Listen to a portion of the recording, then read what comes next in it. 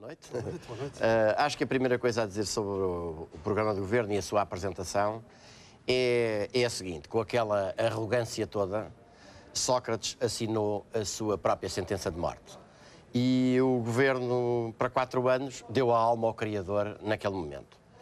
E depois de ter andado a fazer de bonzinho durante a campanha eleitoral, eu julgo que o que esta apresentação de programa mostrou claro é que Sócrates revelou aquilo que verdadeiramente é, sempre foi e sempre continuará a ser, que é um indivíduo arrogante, mal educado e já agora sem um pingo de humor. Em segundo lugar, a circunstância... Em que é que ele foi mal educado? Acho que aquela postura que ele adota relativamente a quem, porventura, se atreva a ter uma ideia diferente da dele, é uma postura de má educação. Não chamou nomes, entendamos, mas é de facto uma postura de má educação democrática e cívica. Mostra de facto que não suporta ao mínimo debate em pé de igualdade. Bom, em segundo lugar, o facto do Governo, de Sócrates, apresentar como programa do Governo o programa do Partido Socialista mostra, como já tive aliás a oportunidade de dizer aqui, que não percebeu nada dos resultados eleitorais e demonstra uma incompreensão democrática gritante do que é governar em minoria.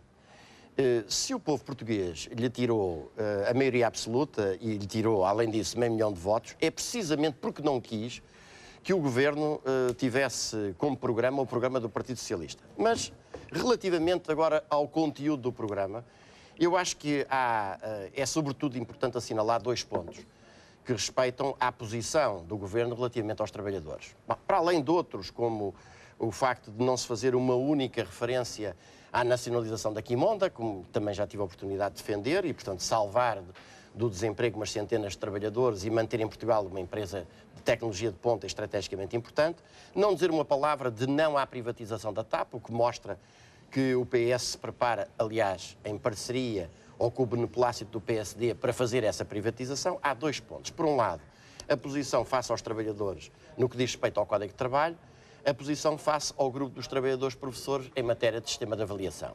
Bem, e quanto ao primeiro, convém recordar aqui que o Código de Trabalho foi aprovado então pelo governo do PSD e do CDS em 2003, enfim, sob o pressuposto de que iria contribuir para o incremento da atividade económica e para a elevação da produtividade. Chega em 2009 e aprova um novo Código de Trabalho que mantém exatamente e agrava o essencial das medidas do Código de Bagão-Félix. Portanto, as restrições aos direitos coletivos dos trabalhadores, designadamente à greve, à contratação coletiva e à atividade sindical, a facilitação dos despedimentos, muito em particular dos despedimentos coletivos. Convém dizer ainda e uma vez mais que é muito mais fácil fazer, por exemplo, um despedimento coletivo em Portugal do que em Espanha, os encerramentos, os layoffs, a permissão da contratação a prazo para preencher postos de trabalho permanente, em particular com trabalhadores jovens, o que mostra que Sócrates quer continuar a aplicar esta política contra os trabalhadores. No que diz respeito à avaliação dos professores, bom, também a circunstância do programa Nada a Dizer significa que Sócrates acha que está bem, portanto não quer mudar nada. Mas aqui há um ponto novo que eu acho que é importante assinalar. É que todos os partidos da oposição dizem que estão contra. E se estão contra, têm a maioria. E têm aqui uma oportunidade de ouro de agendar, e não há desculpa nenhuma se o não fizerem, de agendarem imediatamente uma sessão no Parlamento para aprovar a suspensão imediata desse modelo de avaliação. Não me vou pronunciar sobre os aspectos jurídicos, aí tenho uma declaração de interesses a fazer, é público e notório que fiz parecer sobre essa matéria, enfim, sobre a ilegalidade e inconstitucionalidade desse mesmo regime, mas estou a falar de um regime que é iníquo, que é injusto, que é autocrático e que deve ser imediatamente suspenso. Portanto, dizia eu, agendar uma reunião para suspender de imediato esse modelo e abrir negociações com os professores, com as escolas, com os alunos, enfim, com os pais, para se encontrar um modelo razoável, justo e equilibrado. Vamos lá ver, o governo que criou o modelo de avaliação dos professores era um governo do PS, que ganhou as eleições, portanto, de certo modo, a sua governação foi referendada, e embora não tenha conseguido uma maioria absoluta, ganhou as eleições, isso é um facto. Ganhou as eleições, mas perdeu a maioria absoluta. Mas é incontornável que ganhou e, portanto, cabe-lhe a ele governar. Sim, cabe-lhe a governar, mas estando em minoria, cabe-lhe governar como se deve governar em democracia quando está em minoria. Isto é,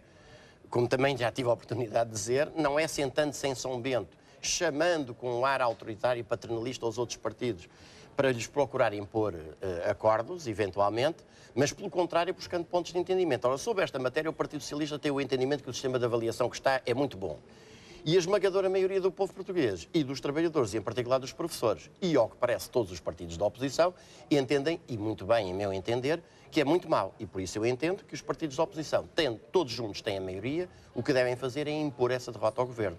E se não o fazem, então não têm nenhuma desculpa e, ao contrário do que dizem, é questão do lado do engenheiro Sócrates e do seu governo. E já agora permita-me só, com toda a simpatia, dizer aqui ao meu colega de debate, ao professor José Manuel Pereza, o seguinte, é que o partido dele, o Bloco de Esquerda, está a procurar agendar como uma primeira ou das primeiras medidas a aprovação do casamento entre pessoas do mesmo sexo. E eu queria dizer, eu sou a favor dessa medida, mas queria dizer, deixem isso para depois, para daqui a uns tempos, porque a questão essencial neste momento é fazer o Governo definir-se quanto à sua posição, quanto aos trabalhadores, quanto ao Código de Trabalho e, em particular, quanto a esse sistema de avaliação. Se não se faz isso, e se vai permitir ao Governo que, nesta altura, em vez de sofrer essa derrota, possa sair pela esquerda, de braço dado com o Bloco de Esquerda, aprovando uma medida destas, está-se a estender a mão ao náufrago que de todo não merece. Vamos agora à declaração final. Bom, é sobre a questão da corrupção, e eu queria dizer que creio que quando se coloca a questão da corrupção sob a perspectiva criminal das investigações e das punições criminais, não se está a colocar o problema corretamente. Eu creio que o que há aqui é uma teia de negócios mais ou menos obscuros, cinzentos, ilegítimos, que podem não ser crime, mas que são de todo em todo inaceitáveis numa sociedade democrática. E, de facto, quando é que começa a corrupção? É quando um indivíduo entrega um envelope com 10 mil euros, ou seja lá o que for, a outro? Não. É quando existe um bloco central, isto é, dois partidos, o PS e o PSD, que dizem a respeito dos cargos, e em particular dos cargos de topo da administração pública e das empresas, em particular das empresas com influência do Estado, estes lugares são nossos. E aqui acaba a democracia. Por isso é relativamente pouco importante saber se o Sr. Vara vai ou não vai bater com os ossos na prisão e, enfim, todos mais ou menos teremos a certeza que o mais provável é não ir. O que é importante assinalar aqui é que, de facto, os indivíduos do PS e do PSD, haja ou não haja eleições, têm uma rede para fazerem negócios entre si e isto é, de facto, completamente inaceitável. Ora, isto o Estado não fiscaliza, não faz fiscalização política disto. Isto também parece que praticamente não chega ao Parlamento, quer dizer, não se vê nenhum deputado agarrar num papel e dizer há uma teia e a rede da teia, a lista da teia está aqui. Parece que tem de ser o Sr. Procurador-Geral da República ou um ou outro jornalista a dizer isto. Ora, vejamos o seguinte, por exemplo, quando o Sr. Fernando Gomes, aqui há uns anos atrás, foi corrido da Câmara do Porto e se lhe arranjou um lugar na administração da Galp, há algum de nós tem dúvidas que o que se fez aqui foi dar-lhe um tacho. Temos aqui, portanto, um nacional taxismo em curso. Ora, estes lugares, tem de ser dito, não são prebendas para serem distribuídas pelas clientelas partidárias, são lugares que devem ser ocupadas pelas pessoas mais competentes e mais adequadas ao cargo, tenham o partido A, B, C ou D, ou não tenham partido nenhum. E estas pessoas devem prestar contas, e contas políticas, todos os anos, e não é aos acionistas, devem prestar contas ao país e ao povo daquilo que estão lá a fazer.